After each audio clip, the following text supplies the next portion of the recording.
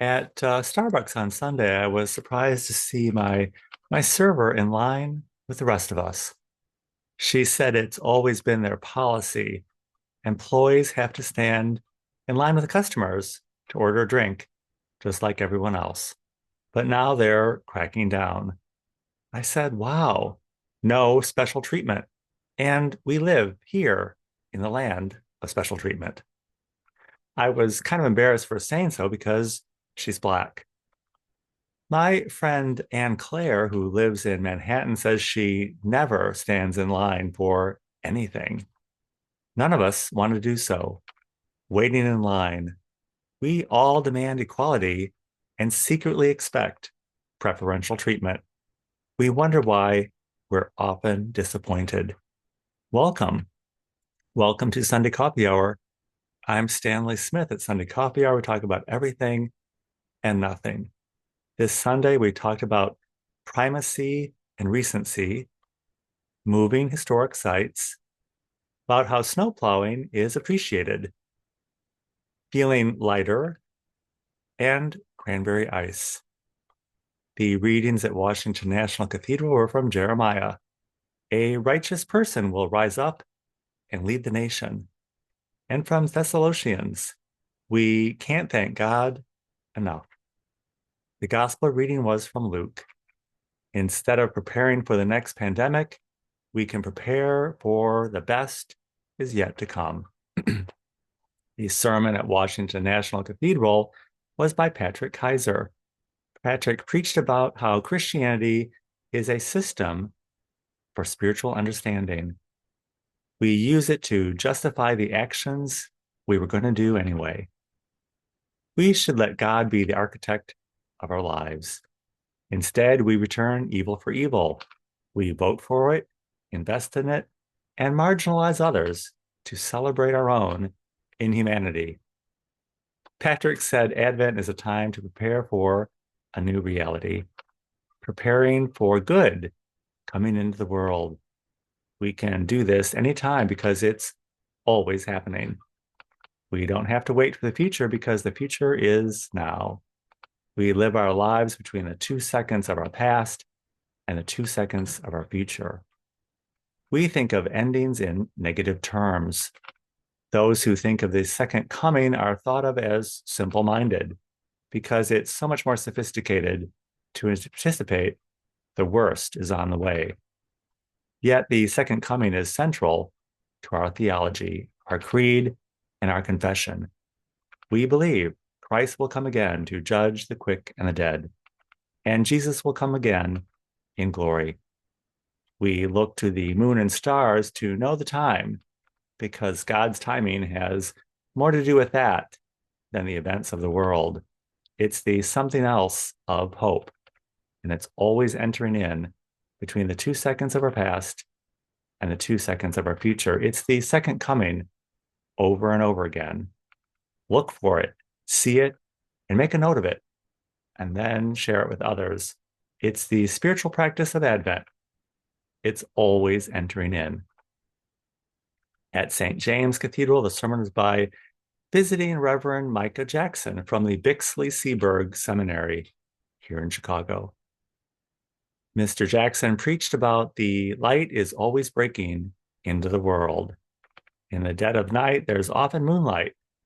Light is always there.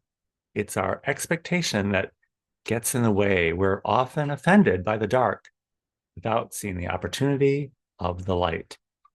We can live our lives looking for it and seeing it and sharing it with others. This process allows us to create a new reality, the reality we're all waiting for. Most of us are not tracking the calendar of the church year. Most of us kind of are along for the ride. We recognize the major holidays, Advent, Easter, and even Pentecost. We recognize our own baptism. It's in all of our creeds, which we repeat week after week. We follow the narrative. Every so often, we get a chance to live it. Mr. Jackson said Advent is a time to live the narrative, be the narrative, and share it with others. It's a way to get on track without even trying. My fashion stylist friend Marcy Carmack got an invite to the Fourth Pres Christmas Carols program this coming Sunday. She's reluctant to cut out on St. Chris because that's her favorite scene, but I encouraged her to go anyway. She asked me what Fourth was like, and I said it's a lovely, lovely place with also kind of a dark side.